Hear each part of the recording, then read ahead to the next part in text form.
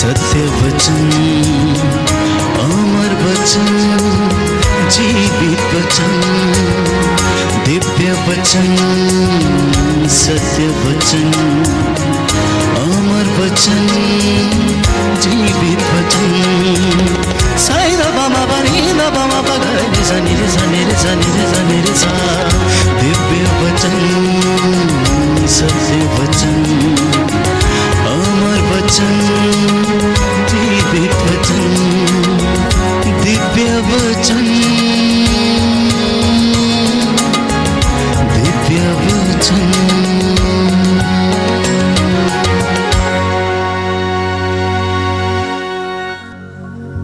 क्रिस्त में प्यारे भाइयों और बहनों, विपत्तियां हमारे जीवन को जड़ से झकझोर देती हैं। बीमारी, दुख, कष्ट, चिंता, बेरोजगारी, आर्थिक तंगियां, हमारे जीवन की परिस्थितियां, हम इनसे मुक्त होने का प्रयास करते हैं, परंतु ये हमारा पीछा नहीं छोड़ती हैं। ये जिंदगी का कड़वा सच है। हम एक वैद्य के पास जाते हैं और बीमारी ठीक नहीं होती तो दूसरे के पास जाते हैं। एक मजहर से दूसरे मजहर तक भटकते फिरते, भागते फिरते हैं।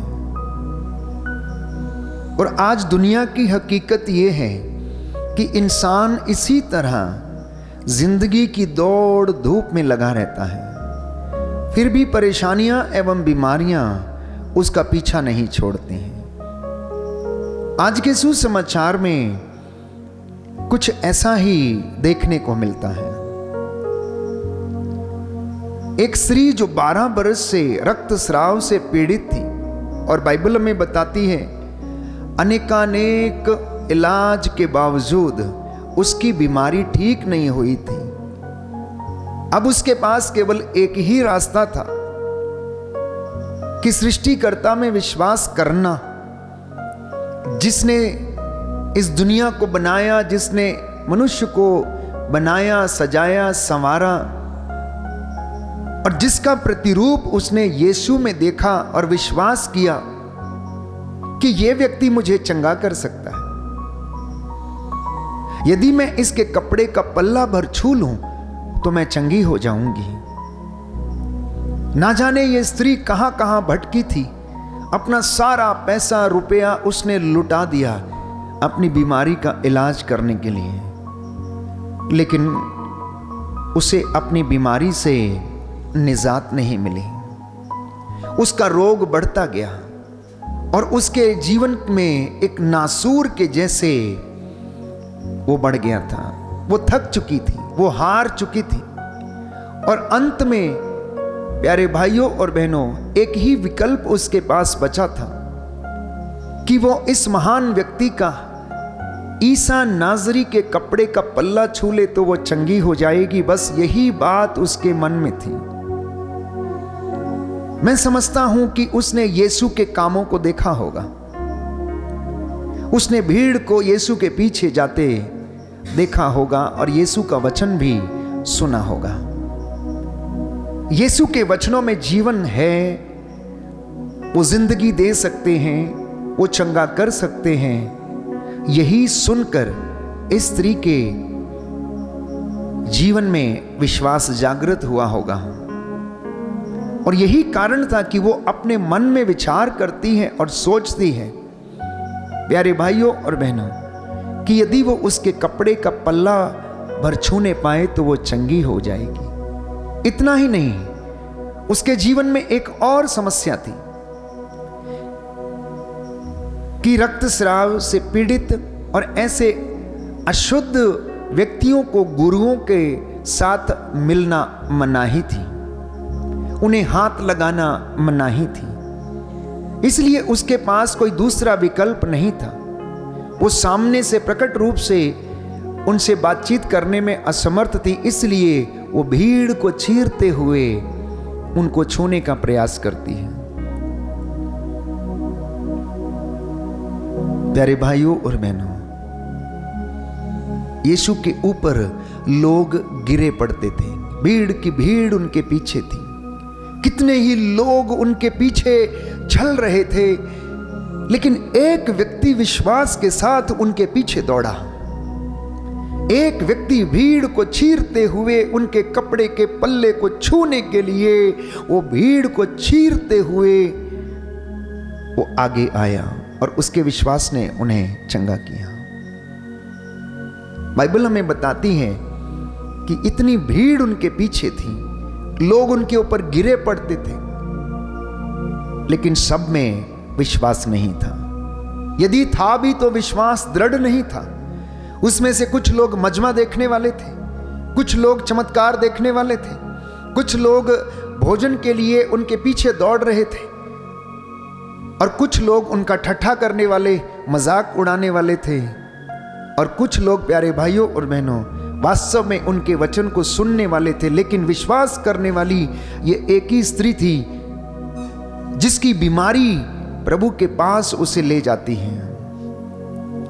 वास्तव में हमारे दुख, हमारी बीमारियां और हमारे कष्ट ही हमें ईश्वर के पास जाने के लिए मजबूर कर देते हैं। यदि जीवन में बीमारी ना हो, दुख ना हो, कष्ट ना हो, तो कोई भी ईश्वर के पास जाने के लिए तैयार नहीं रहेगा।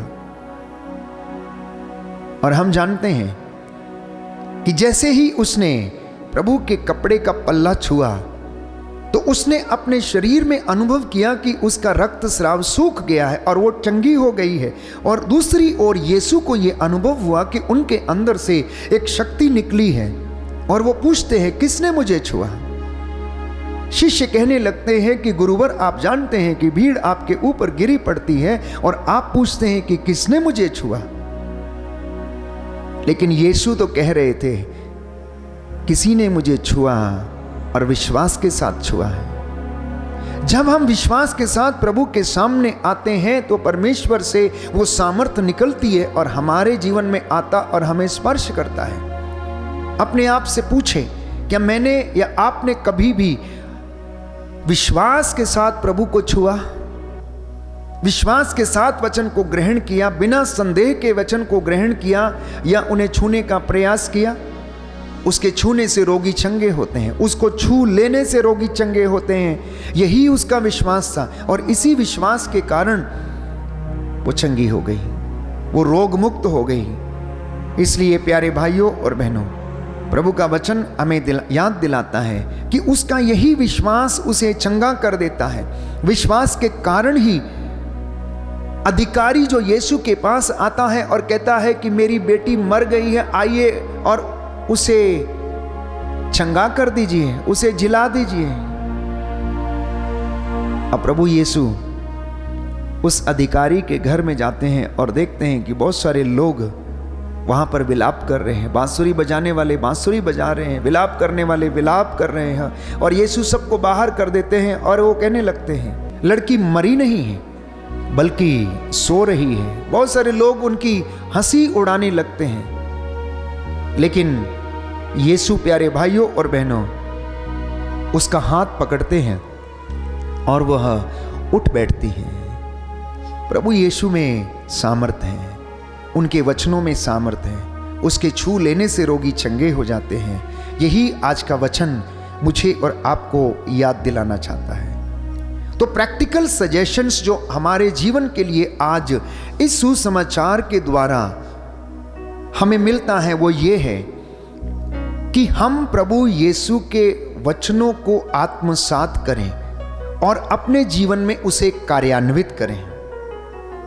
दूसरी बात कि जो हम पढ़ते हैं, जो हम सुनते हैं, वो हमारे जीवन में उसकी अभिव्यक्ति होना अनिवार्य है। तीसरी बात, हमारी प्रार्थनाओं को प्यारे भाइयों और बहनों हमारे कामों में झलकना चाहिए। चौथी बात, जो हम विश्वास करते हैं, जिस विश्वास की हम घोषणा करते हैं, वो हमारे रोजमर्रा की जिंदगी में, मसीहत में वो नजर आने चाहिए, ताकि लोग मसीहों को देखकर जाने कि आप सच्चे अनुयायी हैं परमेश्वर के, आप सच्चे विश्वासी हैं परमेश्वर के, और आपका उनके साथ अटूट रिश्ता है। इन दो व्यक्तियों के विषय में, रक्तस्राव से पीड़ित स्त्री एवं अधिकारी के विषय में हम जानते हैं प्यारे भाइयों और बहनों कि उन्होंने अपने आप को प्रभु से जोड़ा, कनेक्ट किया, विश्वास किया कि यीशु इस काम को कर सकते हैं, वो ये उन्हें जिला सकते हैं, वो उन्हें चंगा कर सकते हैं। इसलिए उन्होंने गुजारिश की। आज दुनिया में बहुत सारे लोग बीमार हैं, बेड रिडन हैं, लकवे से पीड़ित हैं, अनेक प्रकार की परेशानियों में हैं, चिंताओं में हैं, दुखों में हैं, कष्टों में हैं। कई लोग तो अपना सब कुछ लुटा चुके हैं कि उन्हें रोग चंगाई मिल जाए, शारीरिक, मानसिक और आत्मिक चंगाई मिल जाए। दर दर भटकते रहते हैं, लोगों के द्वारा वो लुटते जाते हैं, अनेक प्रकार के अंधविश्वास में पड़ने लगते हैं। लेकिन सच्चे ईश्वर को कोई भी ध्यान नहीं करता है, कोई भी याद नहीं करता है। आज का वचन हमें आमंत्रित करता है कि प्रियजनों, हम अपने विश्वास की घोषणा करें कि हे प्रभु, मैं विश्वास करता हूं कि आप मेरे जीवन में ये कर सकते हैं, क्योंकि लूकास के सुसमाचार अध्याय 18 पद संख्या 27 में आपने कहा कि जो बातें मनुष्यों के लिए असंभव है वो ईश्वर के लिए संभव है। यशायाह नबी के ग्रंथ में हम पढ़ते हैं कि मैं उन्हें चंगा कर दूंगा, मैं उनके घावों पर पट्टी बांधूंगा। जो मुझ में विश्वास करेगा वो अनंत जीवन प्राप्त करेगा। जो मेरे पास आता कभी अंधकार में नहीं भटकेगा। आज का दिन आपके लिए अनुग्रह का दिन है। आज के दिन में प्रभु आपकी अगुवाई करना चाहता है। पूरे दिन भर में प्रभु आपको आशीष और चंगाई प्रदान करे, दूतों का संरक्षण आपको दे। जो वादे उसने आपसे और मुझसे किए हैं, आज वो मेरे और आपके जीवन में पूरे हो जाएं। प्रातः की इस बेला में आप जितने भी लोग इस वक्त ऑनलाइन इस वचन को सुन रहे हैं, मेरी प्रभु से यही प्रार्थना है कि वो आपको शांति, उन्नति और चंगाई प्रदान करे। जो निराश हैं, जो बेचैन हैं, प्रभु उन्हें आशा और हिम्मत प्रदान करे, सांत्वना दे, जिससे कि आप प्रभु मसीह में विश्वास करें, उसकी शिक्षाओं को आत्मसात करें, प्रभु से प्रेम करें और व्यक्तिगत रूप से उसे अनुभव करने के लिए प्रयासरत रहें। आमीन। सर्वशक्तिमान शाश्वत दयालु पिता ईश्वर, आज के दिन के लिए हम तेरा शुक्रिया अदा करते हैं। तूने हमारी जिंदगियों में एक नया दिन जोड़ा है, हम तेरा धन्यवाद करते हैं। हे प्रभु, जितने लोगों ने आज का ये वचन सुना है, इनके अंतरतम में आत्मिक ज्वाला प्रज्वलित कर दें, जिससे कि ये इन्हें आपकी ओर आकर्षित करे और सदा ये तेरे प्रेम और विश्वास में अटल बने रहे। तेरा वचन इनके जीवन का पथ प्रदर्शन करे, इनके कामकाज में इनकी सहायता कर और इन्हें आत्मिक ज्ञान से भरपूर कर। किसी प्रकार से निराशा की दुष्ट आत्मा, प्रलोभनकारी शक्तियां, अंधकार की शक्तियां इनके जीवन में कार्य करने ना पाए। हे प्रभु, इनकी रक्षा कर और अपने पवित्र आत्मा के द्वारा इन्हें प्रेरणा प्रदान कर। इनके दफ्तरों में, खेत खलिहानों में प्रभु आशीष दे।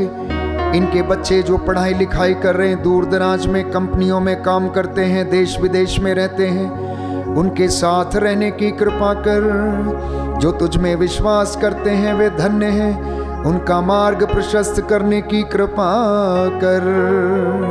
मैं तेरा दास इन हाथों को उठाते हुए तेरे इन बच्चों के लिए, तेरी कलीसिया के लिए प्रार्थना करता हूँ। रूह का दुगना मस्सा और ताजा अभिषेक इन्हें प्रदान कर, जैसा इन्होंने विश्वास किया इनके जीवन में पूरा हो जाए।